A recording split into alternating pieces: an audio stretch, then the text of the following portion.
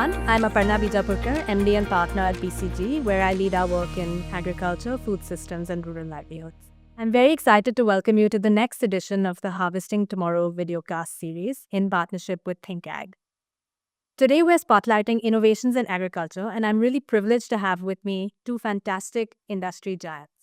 Devdutt Dalal is the co-founder of MittiLabs, a startup focused on driving impactful solutions in agriculture, specifically related to rice farming using AI and technology. Hi, Devdutt. Yeah, Aparna. I also have with me Raman Ahuja. Raman is the co-founder of ThinkAg and is an independent food and agri consultant.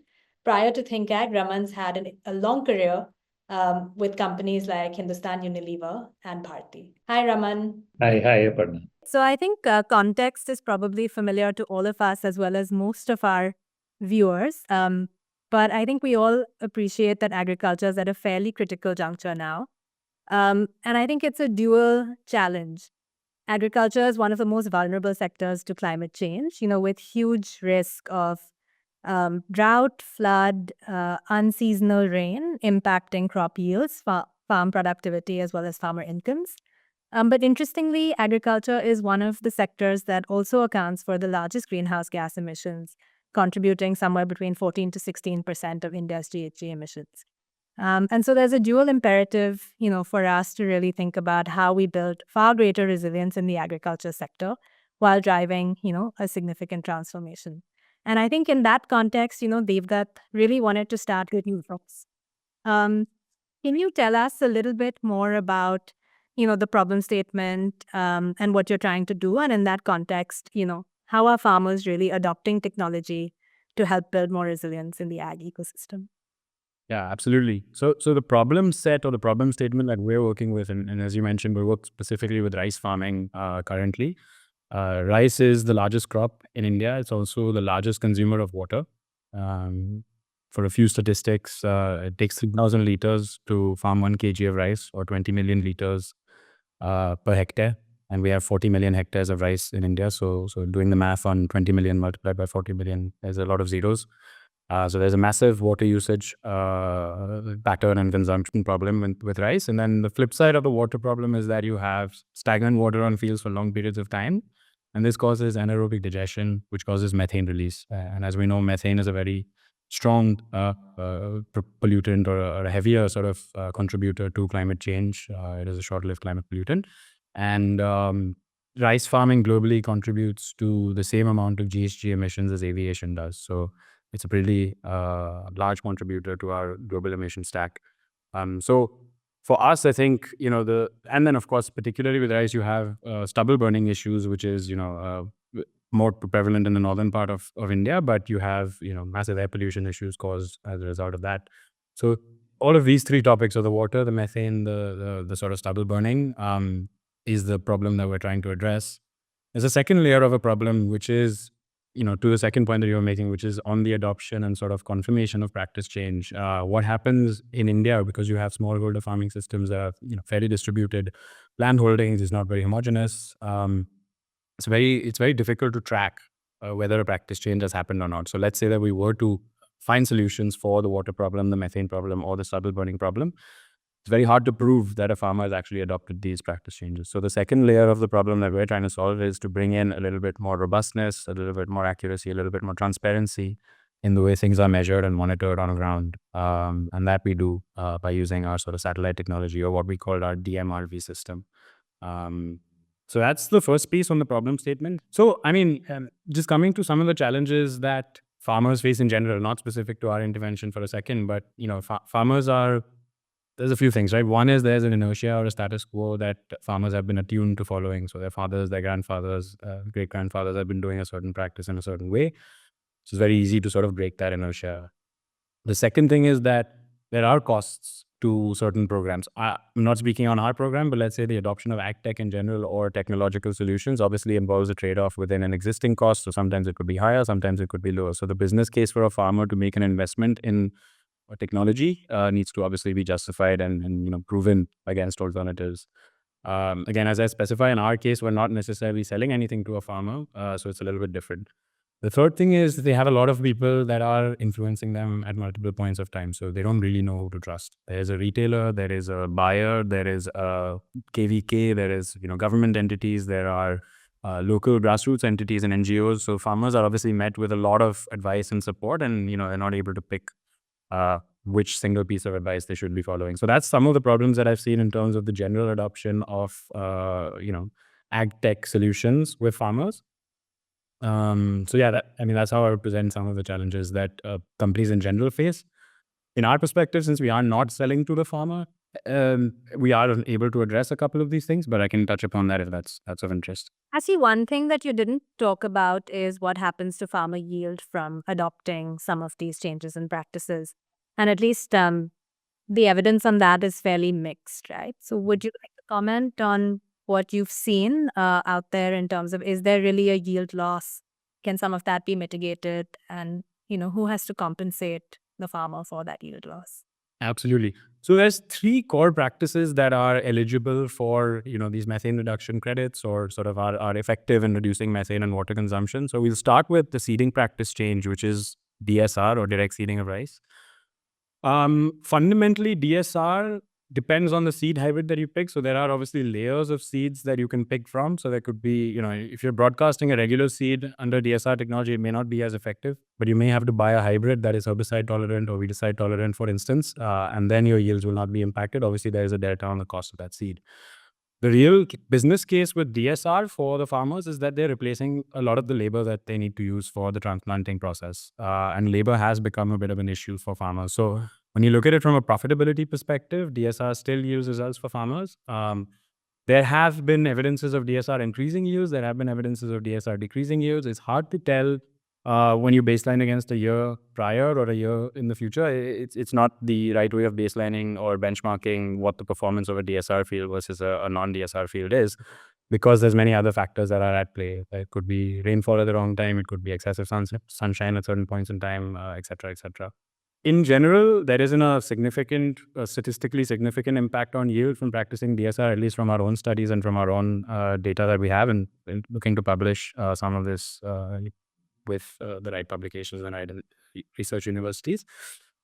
The second practice that we promote, which is alternate wetting and drying, that actually has a positive impact on yields, and actually plants tend to sort of flower when there's a little bit of stress. So by reducing water in the crop, it causes stress a little bit early and at the right points of time. So it actually causes more yields in certain cases we've seen, as long as it's properly timed and sort of safely practiced.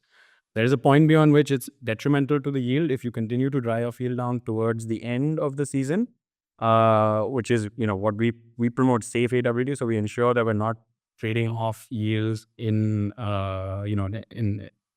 desire of more positive environmental outcomes. So that's how that's why AWD, for instance, we've not seen any yield reductions. In fact, in certain cases, we've seen yield improvements. And this is again baselined against a conventionally flooded farm in the same season. So hard to tell with historical benchmarks or baselines. So got it. What I'm hearing you say is, the evidence is mixed. Net, both can be profit positive.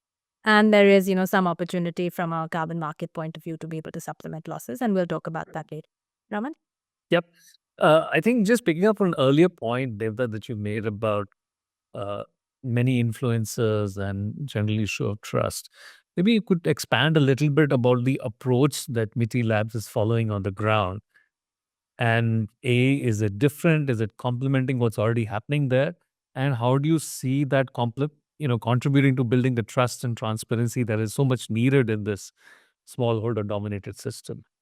I think the best answer to that is if we can coordinate all 5 of these agents towards the same objective. In fact, most of them desire the same. So when you think about an input company, when you think about a buyer of this rice or the paddy, when you think about the governmental entities, so whether it's district officers or the panchayats, whether it's the KVKs or whether it's the local grassroots entities, the honest truth is that the more, I guess, alignment you have amongst these factors, the easier it is for the farmer, because and that's what we're trying to do, frankly. We want to link these farmers with the right types of markets that care about, some of these environmental outcomes. We want to bring in the right set of inputs from, the trade-off is, okay, there's a less spurious product and there is a sort of more regulated product. It might be slightly more expensive, but we know that it's better for, the environment and better for the farmer. So that's a lesser evil, let's say. I'm not trying to promote chemical agriculture in general, or we can look at, of course, bio alternatives as well. So that's on that. But if you ask us our approach, we are trying to make these multi-stakeholder partnerships. But frankly, the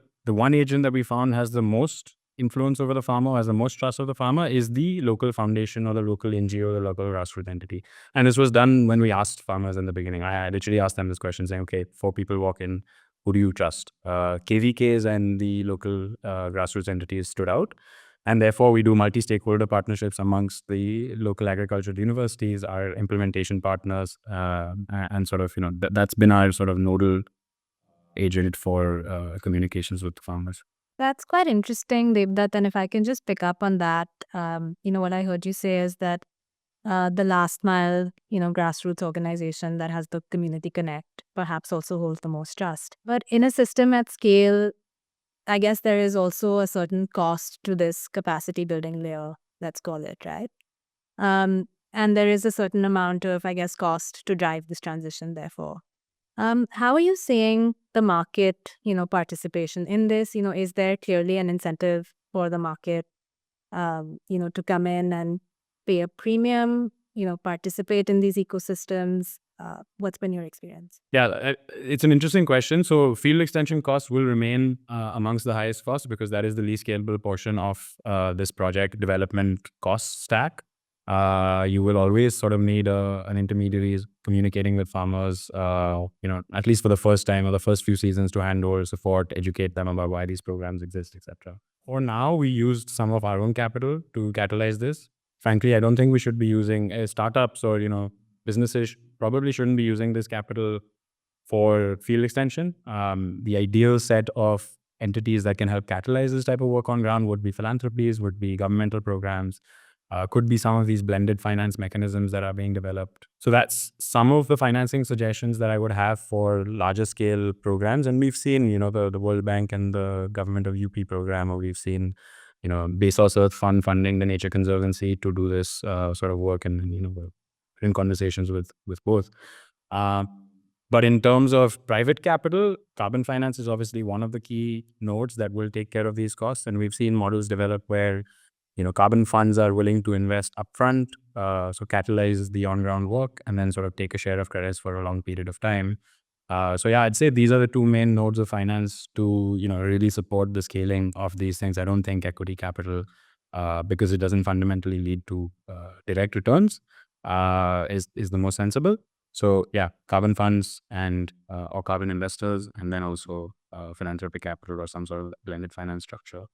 So picking up from what you've been talking about, building trust, and we see a lot of the trust comes through brands, right? Typically, and rice being a commodity. Okay, we can talk about specialized rice. However, do you see private companies engaging in this space to contribute to that trust, or putting it differently, what barriers do you see that private companies are facing, and what could be done to address some of those, either in a joint space or a private to private space? So I'll segment. There's a couple of types of private entities involved, especially from the buyer perspective, because that's where I gained this question comes from. So there's 2 types over here. So there's the classic family business / independently owned and operated mill.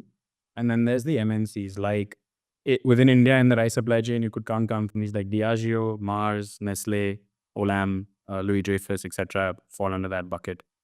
It's not easy for me to give an answer for all, so maybe I'll just touch upon a few. In general, I think the biggest cost is very much related to the question Aparna asked me below. Field extension is expensive. Most millers or most, the family-owned businesses don't necessarily recruit agronomists or field extension agents to support farmers. They do recruit procurement teams, of course, because that's their sort of core interest. What is happening, of course, is globally, if you're an export-oriented miller or, you have a consumer that cares about the environmental perspectives, then there is a bit of a pull from your end consumer.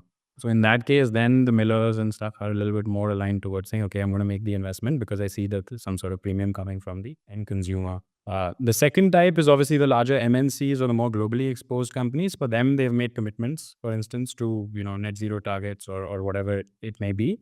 And for them, there is an impetus to act for communication within their sort of shareholders or stakeholders or consumers. So there, then the limit just becomes that their supply chains are slightly different, right? So Mars, Nestle, Diageo all buy broken rice. Broken rice is effectively bought from the miller, not from the farmer. So there's a little bit of like, okay, you got to track that supply chain a little bit further to really extract the premium from it.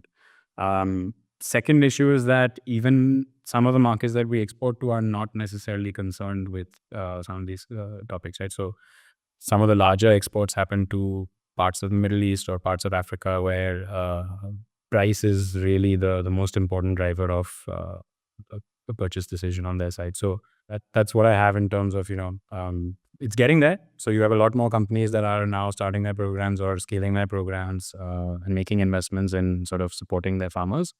But yeah, that's some of the sort of issues that we would see from these agents. I think that's been our experience as well, that the incentives vary quite a bit depending on whether this is driven by, shareholder commitments, global policy, for example, for folks that are export linked.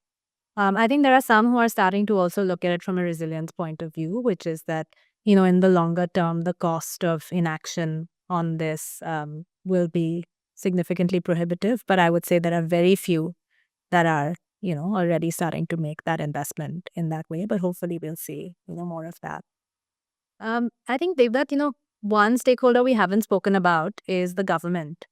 And at least, listening to you and also in our work, what we've seen in terms of the role that government could play, I think there is very much, one part which is supporting, I think, farmer transition, whether it is layering some of this into, big capacity the government has built, for example, the entire SAG ecosystem or the extension ecosystem, right, to drive capacity building. That's one clear piece of low-hanging fruit. The other one that some people talk about is also the fact that a lot of this transition requires a certain infrastructure creation, right? Whether it is access to the right package of practices, equipment, for example, seed drills, maybe in the context of rice, bio inputs, things like that. Do you have any thoughts on, where the government can play a bigger role to actually catalyze this transition?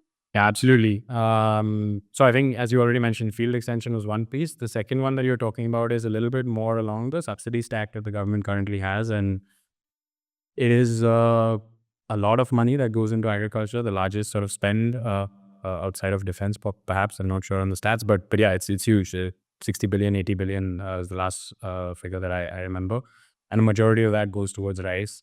So yes, I would say changing the type of subsidy that's being given would be super helpful if the government could think through, okay, reduce any subsidies on sort of, urea-based fertilizers and move them towards mechanization or bio inputs, etc. That seems like a great catalyst, or that could definitely help farmers transition or try some of these new techniques or new products.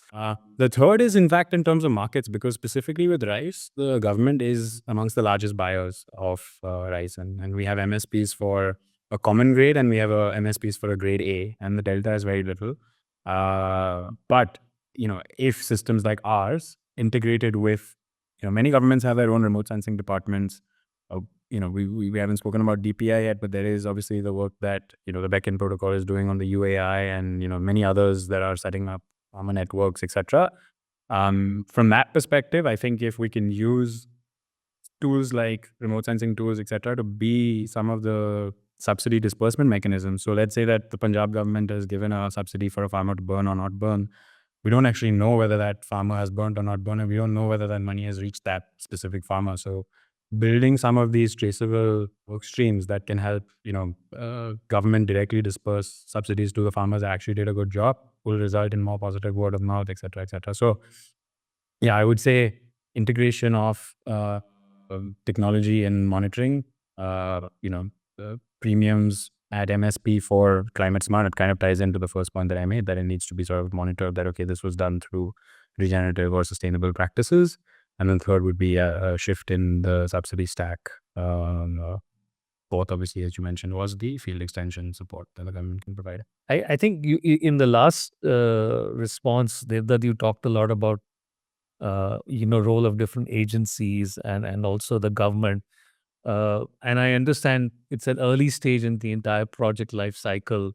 So you still engage with the farmers. What do you see at the exit of the project, whether it's 3 years or 5 years?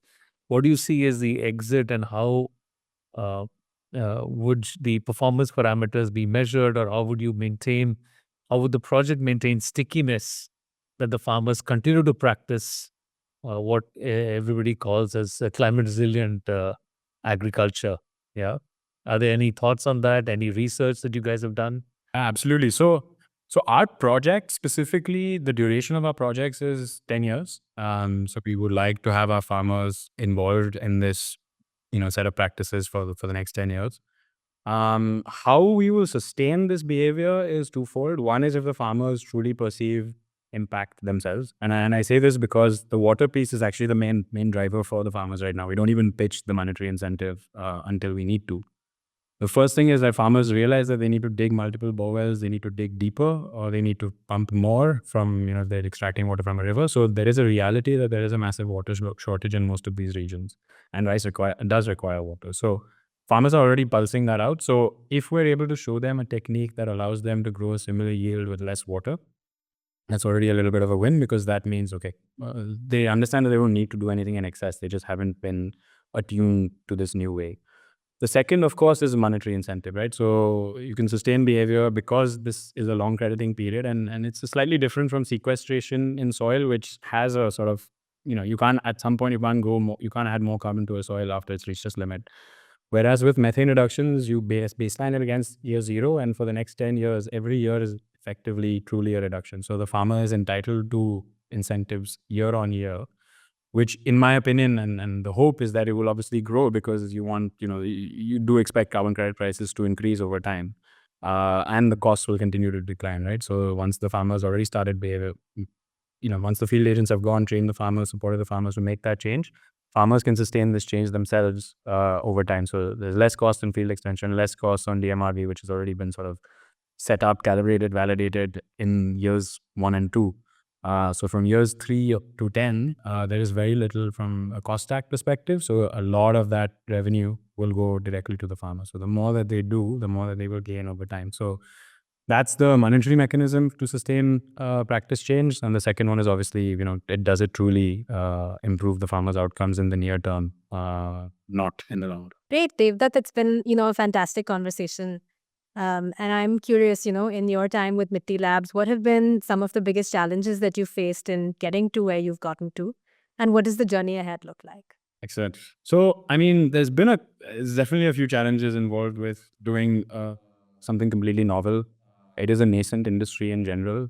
So whether you talk to a farmer, or whether you talk to the grassroots entities, or whether you talk to other stakeholders, not everybody has knowledge about what carbon credits are. Will they really exist? Is this an asset class that you can rely on? When will the money come? Will it come at all? The second layer of that problem is that there have been agents and there have been actors, and we've always had this promise that, okay, this carbon industry or the climate industry is going to pick up, and then suddenly it doesn't for whatever reason. That the farmers had, people come in and say, hey, I'll do this for you, I'll do that for you, and then hasn't really happened.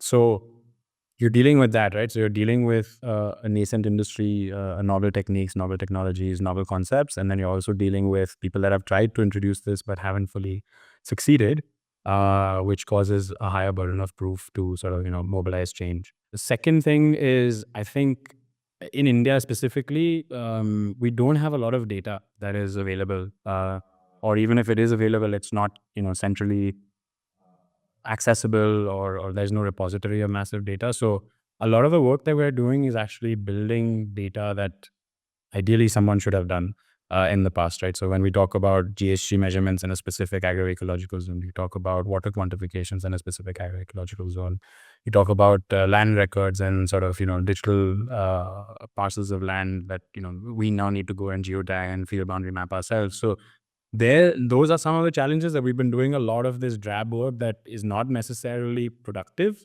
If it did exist, then we could obviously just, accelerate our work. So, I hope that over time, more of this data will be built. And that's why I said, even earlier in the conversation, a lot of the data that we will generate, we would like to publish, so that others can sort of rely on it.